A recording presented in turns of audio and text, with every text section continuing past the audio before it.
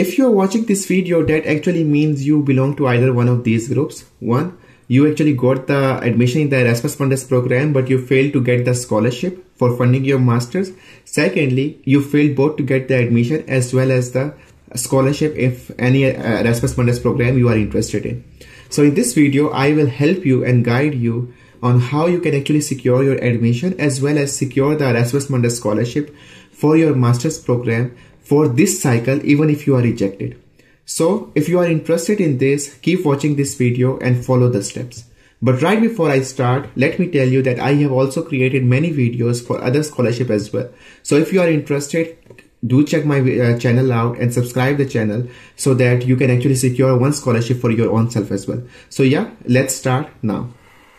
So let me first tell you that how the students get selected for the Erasmus Mundus scholarship and the program itself at the first place, because this is linked to what we are going to do afterwards. So whenever a student is selected for the scholarship as well as the program, each partner university that are offering that specific program, they evaluate the applicant application and give them the number and marks based on the application. So for example, each component of the application like SOP, like recommendations letter, proof of residence and things like that have certain numbers and criteria. For example, they give, let's say, the language test 10%, and if you have submitted the right language test, they give you 10 out of 10.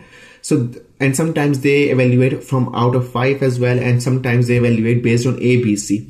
So once they evaluate, then they rank all the applicants, and the applicant with the high ranking actually get the scholarship as well as get into the program because they have the limited seats. So when you actually get the email that, okay, you got rejected from the scholarship or as well as you got rejected from the program, the first thing that you have to do is you have to write an email to the program coordinator and have to ask the, your ranking and the breakdown if possible. Sometimes, like usually the program gives you the breakdown themselves, but if they haven't, you need to ask them like what are the breakdown of your application so that you know where the problem lags. So now let me share my screen, and what we have to do physically, we will check that out. So let me show you one of the program of Erasmus Mundus. So QEM, let's say. So when you actually go there, I am doing this case study of QEM because I am a QEM student. So you actually see that there is a selection criteria. Usually it's mentioned everywhere, and you will actually see that they evaluate based on the ranking of ABC, and this is usually sometimes they give you from 0 to 5. From some application, this is 0 to 10. So this actually really depends on the program to program, but the procedure is same. They actually rank you. So once you have the breakdown, you will actually find out where you are ranking, where the problem is, So for example, they have actually given you a breakdown of A, B, C, and with the further breakdown of the application. So if there is some technical issue, let's say they give you the marks for the proof of residence like 0 out of 10. So you will know that, okay, this is the problem where I am lacking in. I haven't submitted the right proof of residence. If you have, they gave you 0 out of 10 in the language test, that will actually means, okay, you haven't been able successfully to provide them the proof of that you can actually speak English language and other stuff like that. So once you have that breakdown, you will be able to write an appeal. And what's an appeal is, so let me show you as well. So in each appeal, what happens is each program actually gives you a chance, if you haven't get the scholarship and admission, to write an appeal and tell them if there was some problem in your application, and the appeal is written like 14 days after you receive the decision. So in that appeal, you have to mention, if based on a breakdown, if the proof of residence wasn't right, you can make another one. If the language test wasn't right, you can get another one. If there was problem with the recommendations letter, you get write the other one.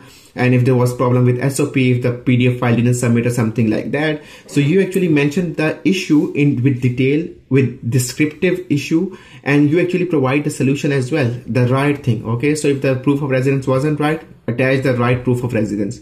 And now what will happen is you will send them an email, and they will actually provide you the email address, and you have to write them the email with all the details. So sometimes you won't find this appeal in your own program, And in that case, you have to write your program coordinator and you have to ask the procedure. Usually the programs have the appeal procedure. So once you actually write them down, and to be honest, if there is some technical issue, they will reevaluate your application, and based on that reevaluation, if you deserve, they will give you a scholarship as well as the admission. And the second thing, for if you, let's say, don't even get the admission in that phase, you will have the criteria like the problems you have in your application, and for the next cycle, you will know where you lack. And when you know where you lack, you can actually improve it. So for example, if your CV wasn't very attractive, you can do more of the stuff. You can take more courses on Coursera and online courses, and can make you can take a couple of internships as well. You can write your SOP in a better way. And things like that. So once you know where your lackness is, you can actually improve for the next cycle. And I am sure that once I know your lackness, you can work more efficiently and can get the scholarship and even the admission letter, this phase as well as the coming phase. So yeah, this is all what you have to do. And if you have any problem, you can write in the comment section. And also you can please subscribe the channel and keep watching the relevant videos, because I will be uploading many.